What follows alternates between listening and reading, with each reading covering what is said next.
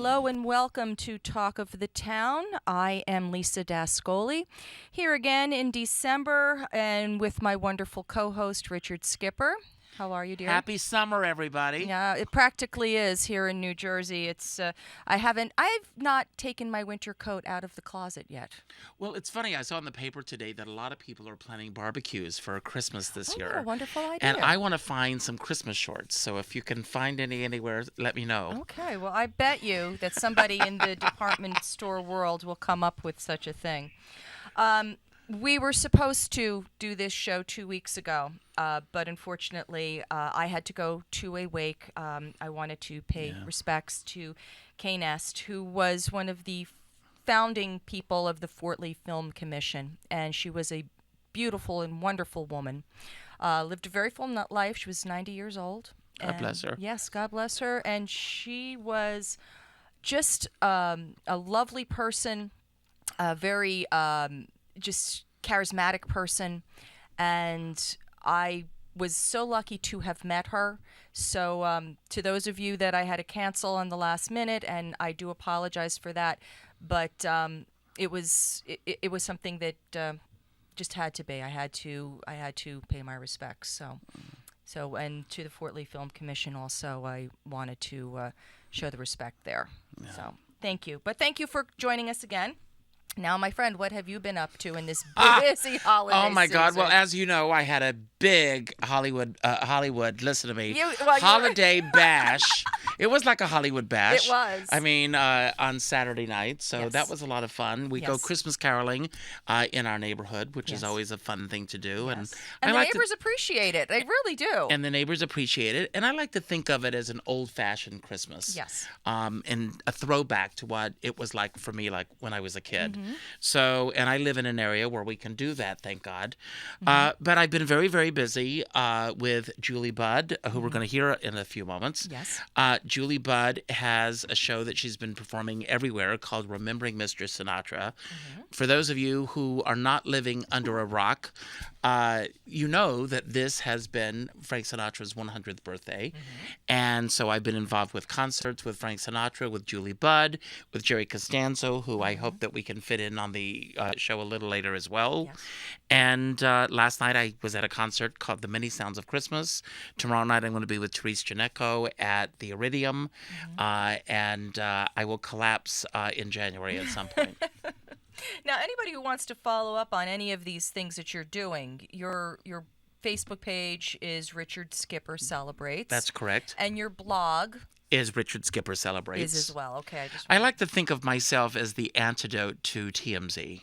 I believe that TMZ is an organization, with all due respect to all that works for that organization. It's about tearing artists down instead of building them up.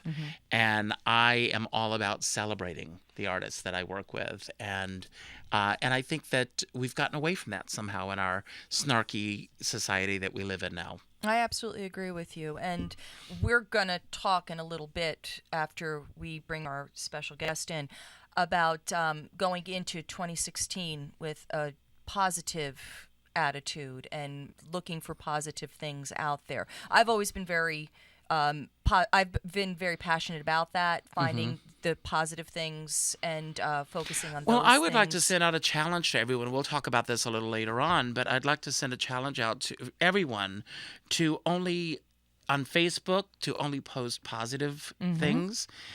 Try to leave the snarks behind.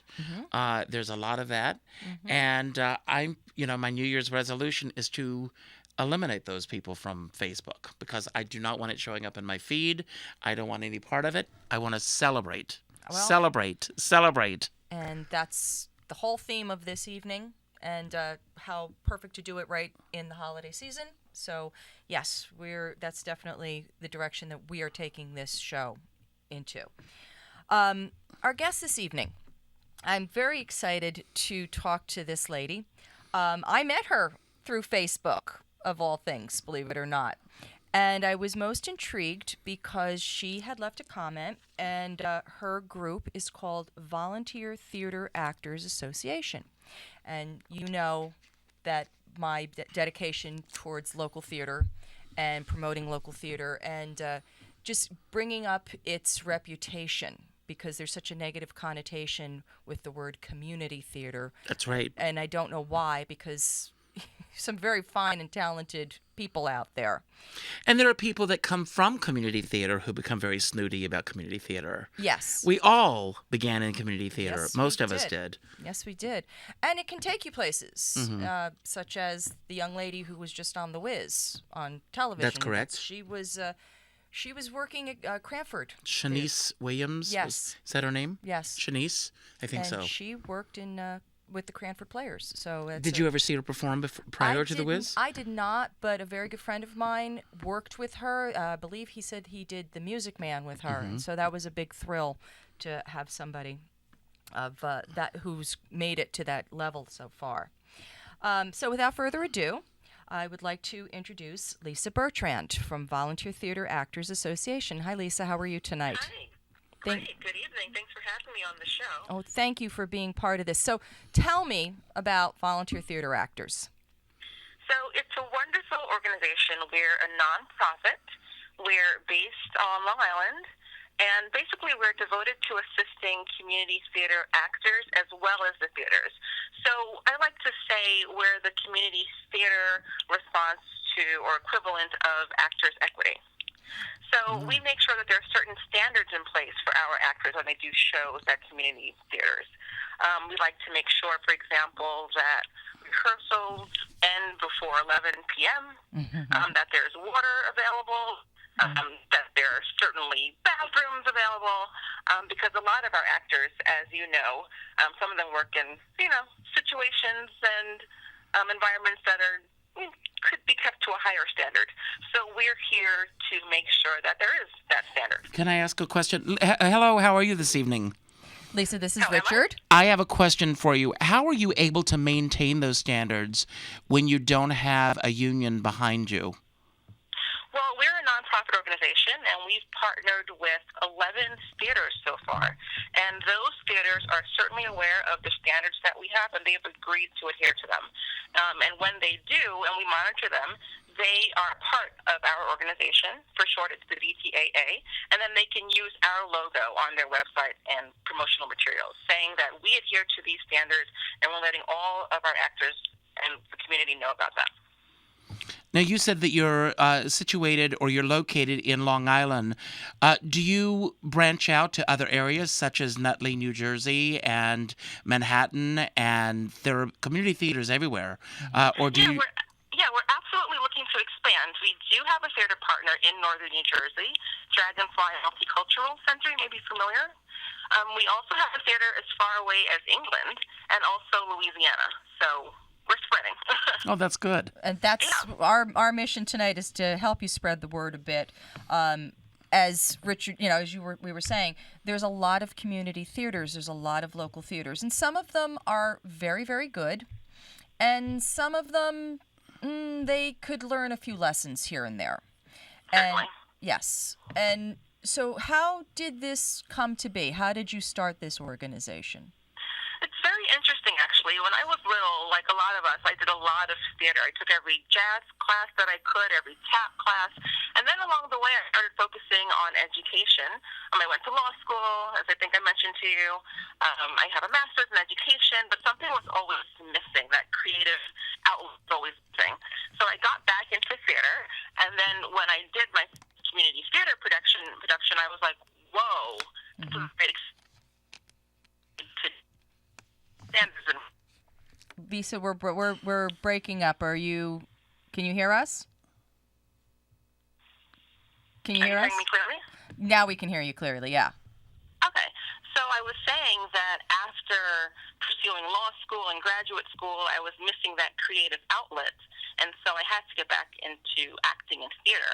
And so I started to do a lot of community theater work, and I realized that we need some standards in place here to make sure there's a mutual level of respect.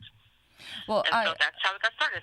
I absolutely agree with that and am on the same page. I mean, I've been doing local theater for a very, very long time, and not everybody has the same integrity about it.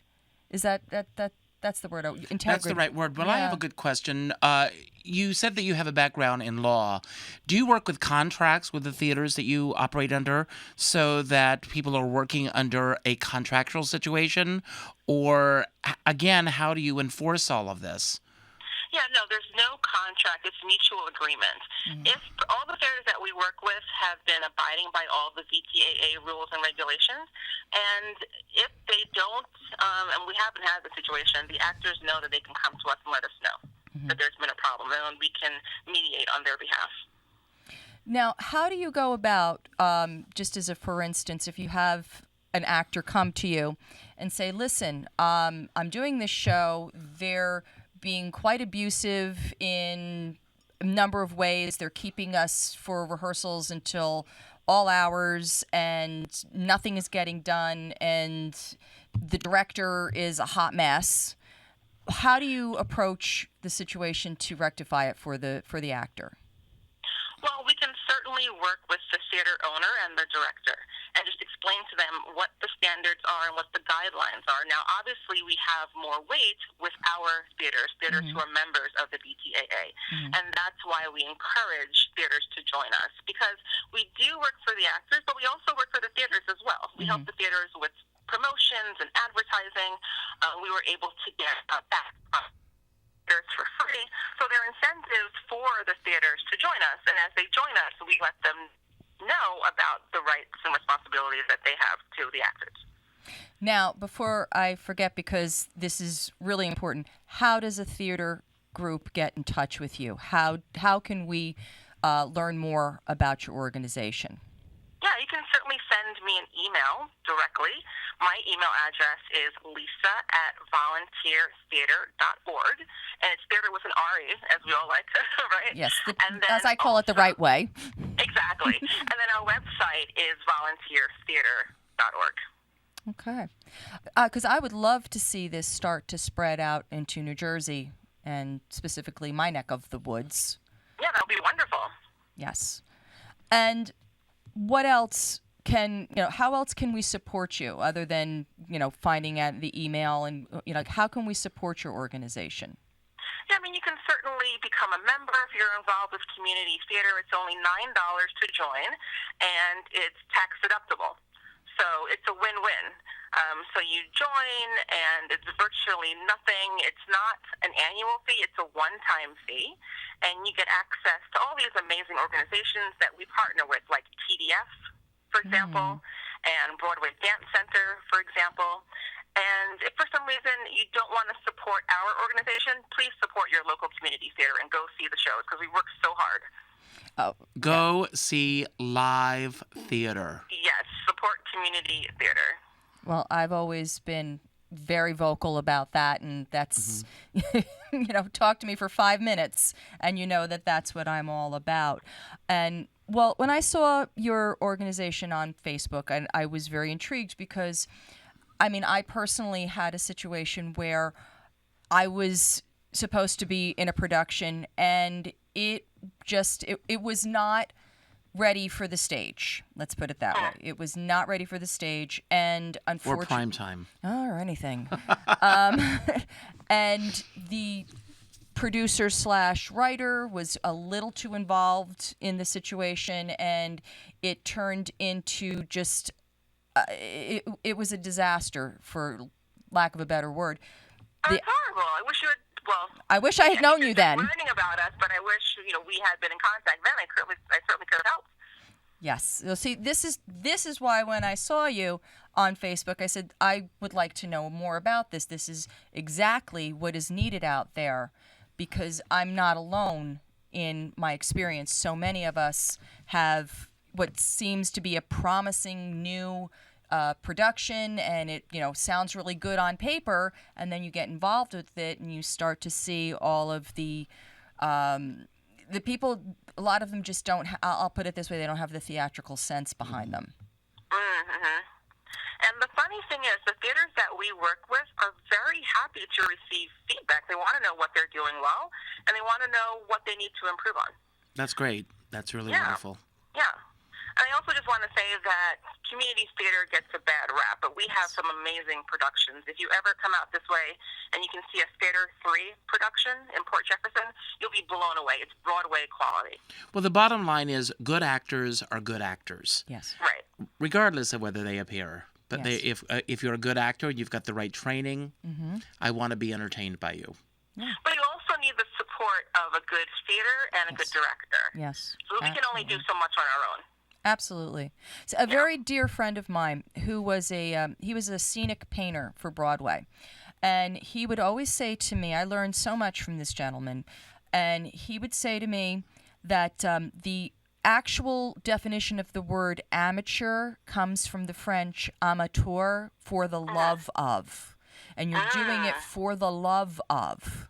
Excellent. And that always resonated with me, and he would always make the point that, you know, being paid is not the beginning and the end. It's nice, yes. We all definitely, I don't turn down money, but to do something because you simply love it is really that's what so many of us artists do. We do it because we love it. Right. Exactly. A lot of us don't get paid, so Right. but for the love, we're not getting anything back except for the feedback from the audience and the Yes. applause that some of us, live on.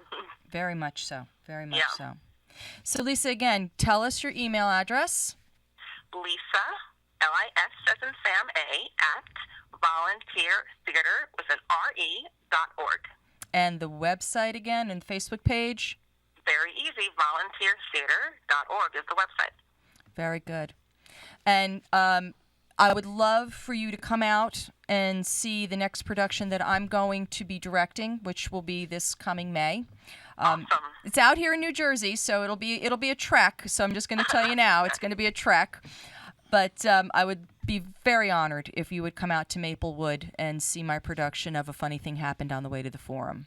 Oh, I would love to. Sondheim, correct? That's correct. Yes, it is. Yeah.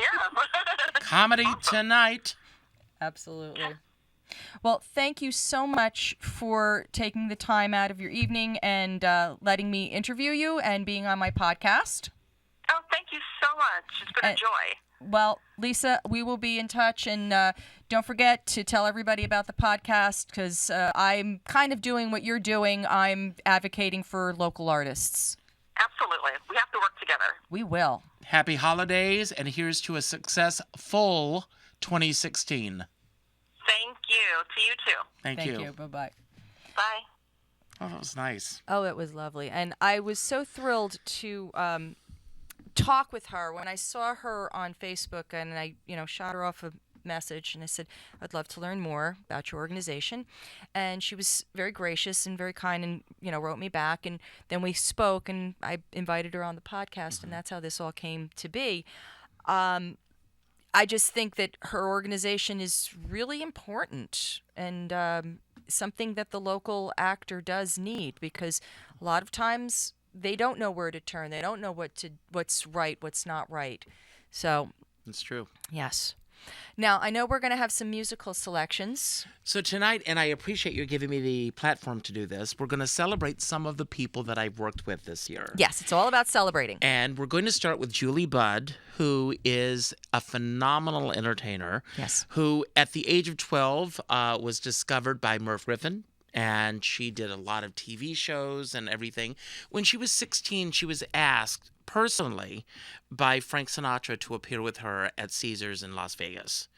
And so this year she created a CD that came out in September called Remembering Mr. Sinatra. It's a great CD.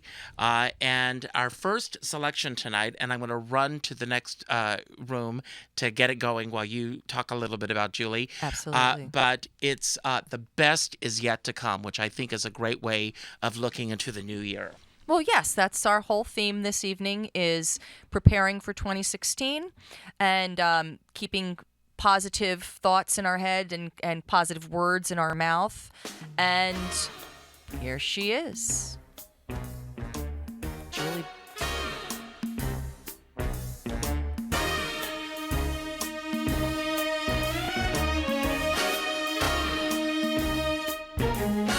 Out of a tree of life, I just picked me a plum. along, everything started a hum. Still, it's a real good band. The best is yet to come.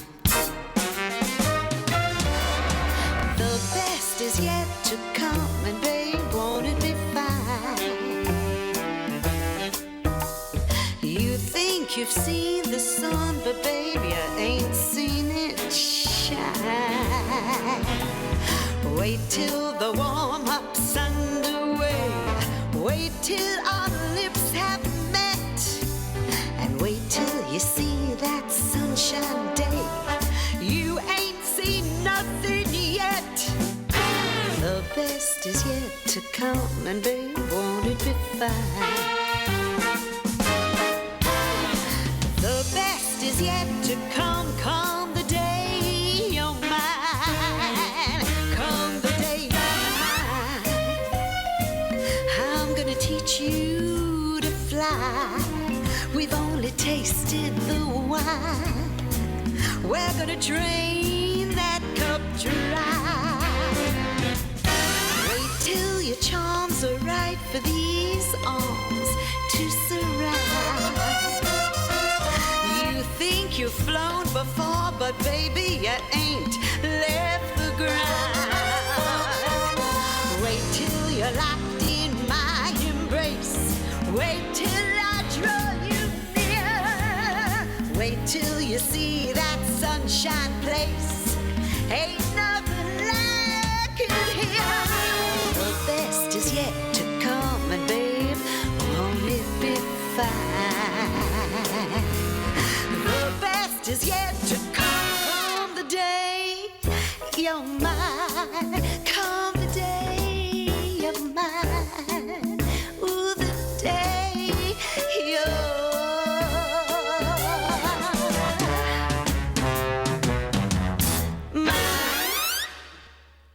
And that was Julie Budd, the new artist in residence at the Metropolitan Room in New York City. More information about Julie is juliebudd, that's with 2ds.com. And I highly recommend going to see her at the Metropolitan Room because her show is absolutely amazing. Not enough wonderful things to say about this woman. Just, if you have a night to spend in New York, that's what you need to do. Please add your comments on Facebook at talkofthetown.com and tell us what you're thinking of the show. I've been hearing so much from people. They tell me, you're telling me how much you're loving the show, but I want to see the Facebook comments. So go to our Facebook page and leave your comments about and anybody you'd like to see in the next upcoming months. I would love to hear the feedback. So next is Peggy Eason. Oh, my Now, girl. I think she's listening tonight. I hope you are. Peggy, I have to tell you, I'm sitting across from Scott, who sends his love. Peggy. I'm trying to get them hooked up. But anyway. Anytime, baby, anytime. Peggy Eason is a delight. Peggy Eason is probably one of the most inspirational people that I've ever met. She was born blind. However, she is not handicapped. No, and you know what? She said something the other night because we were talking at your party, and it's actually been resonating with me. She goes, I may be blind, but that doesn't mean I can't see. That's true. And I will say that she sees better than most of us. Yes. This has been an incredible year for her. She was nominated for a MAC Award, which is the Manhattan Association of Cabarets and Clubs.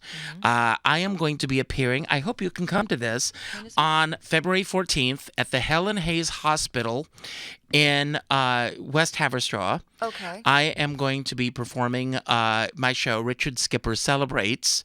And the show, of course, is Richard Skipper Celebrates Valentine's Day, because it actually is on Valentine's Day. We will also be celebrating my 55th birthday. But your birthday's not on the 14th. Your birthday is February 11th. It's the 11th, right. We are celebrating my return to performing because it's been a while since I've actually pursued work as a performer. So I'm coming back to that. And we will be celebrating Peggy Eason. Okay. And also you have to, Peggy Eason likes to be remembered as the chocolate diva. That's what she calls herself. beautiful woman inside and out, and we are so lucky to have a selection of hers this evening. So, Peggy, this is for you, baby.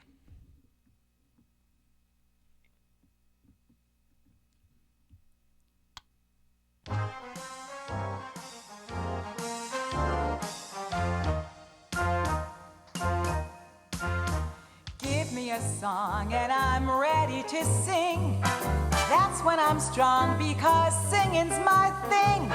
Music and I are as natural as apples and pie. I love it, that's why. Some people know they're supposed to go far. Some people know when they're ready to start. I'm one of those who gets better the longer she goes. Broadway, Broadway, look out, here I come. Like it or not, I'm grabbing my spot. Hey, Red Rover, Peggy's coming over. Broadway, LA, Nashville, or Big D. Light up the stage, there's a new rage, and it's me. When I was 6, I started getting my kicks by making music, music. My teacher noticed me one day. I wound up starring in a play. Year after year, I worked to plan my career. My world was music, music. That's why I know there's just one place to go. And so, look at this smile, you can see that it's real. Part of my style is my sexy appeal. You're gonna roar as I open my musical store. Get ready for more. Some people know they belong at the top. Some people know they can't possibly flop. I fool the flame and I'm ready for fortune and fame. Broadway, Broadway, I paid lots of dues. Out of my way, I'm having my day. Once you know me, S-R-O me. Broadway, Broadway, I just can't go wrong.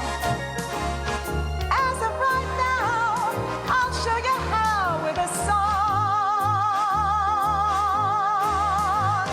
As of right now, I'll show you how with a song. Look out, Broadway, here I come.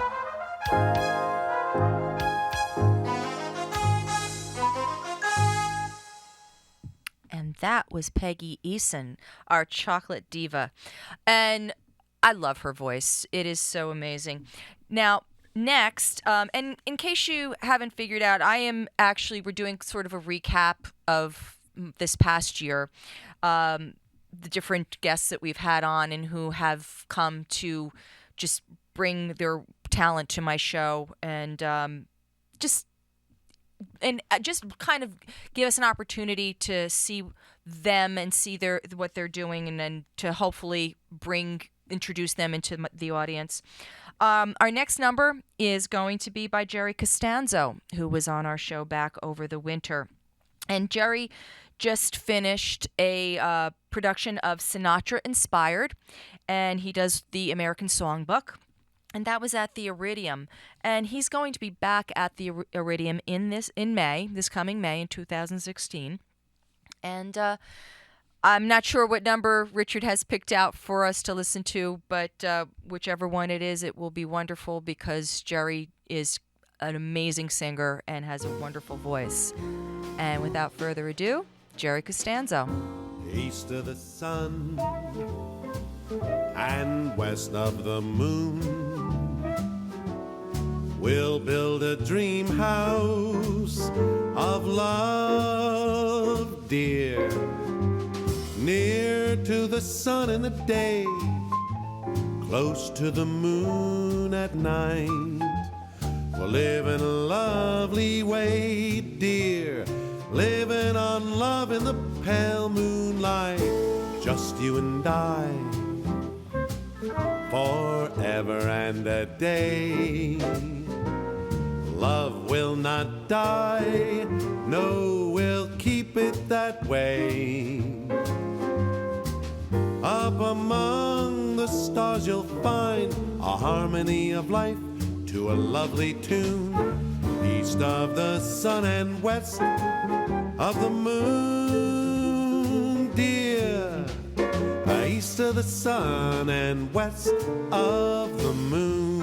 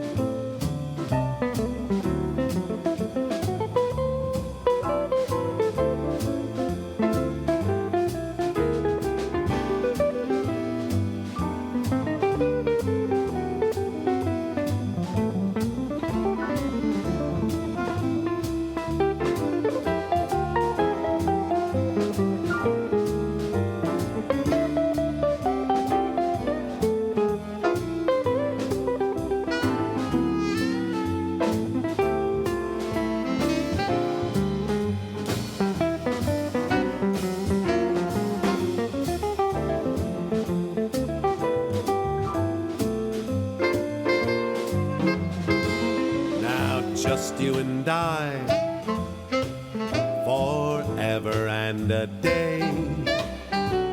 Love will not die, no, we'll keep it that way. Up among the stars you'll find a harmony of life to a lovely tune, east of the sun and west of the moon, dear. East of the sun and west of the moon, west of the moon, left of the moon.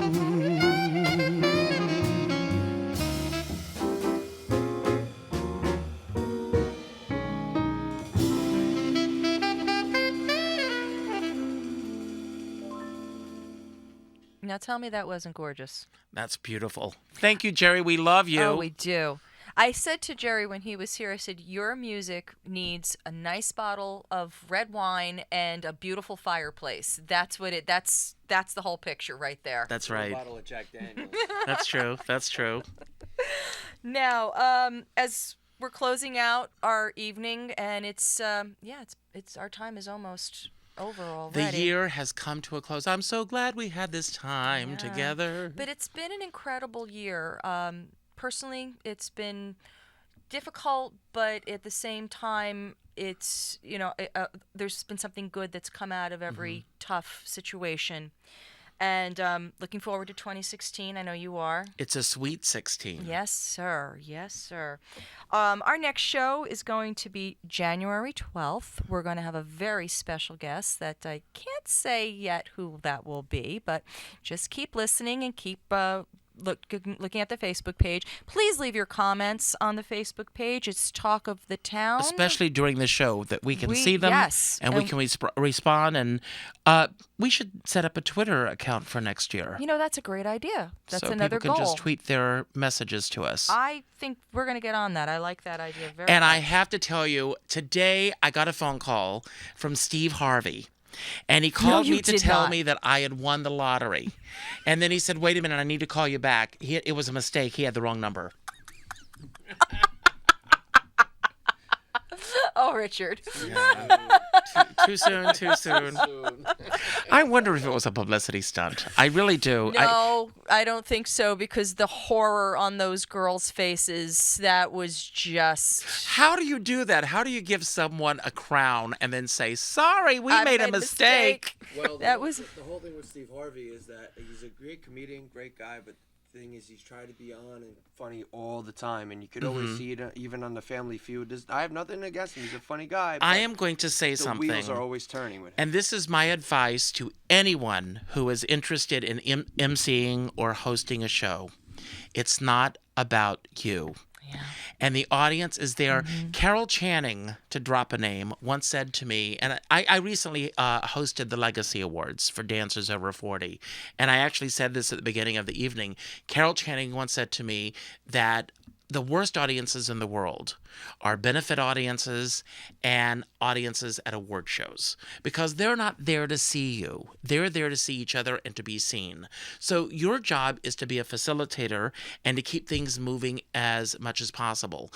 And there was a time when we were kids where there were these great hosts like Burt Parks, and they were in the moment of what they were doing.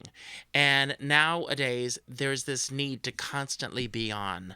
And I think it loses something in It translation. loses the shine of what the show is actually about, and like you said, not about the singular person. It's about the whole thing. People probably don't know who those other voices that we're hearing Yeah, tonight. they're just hearing voices. I guess we should have said this is Scott Manginelli, who's actually a member of the Fort Lee Film Commission and came here to support our show. So That's great. Yes. All right. So again, please keep listening. Please keep looking for us on Facebook. And as always, we are on broadbandboxoffice.com. So until next month, I wish you a Merry Christmas. As Julie says, the best is yet to come. Yes, it is. My friend Richard Skipper, I love you. I love you. Yeah, and we'll see you all very soon. God bless.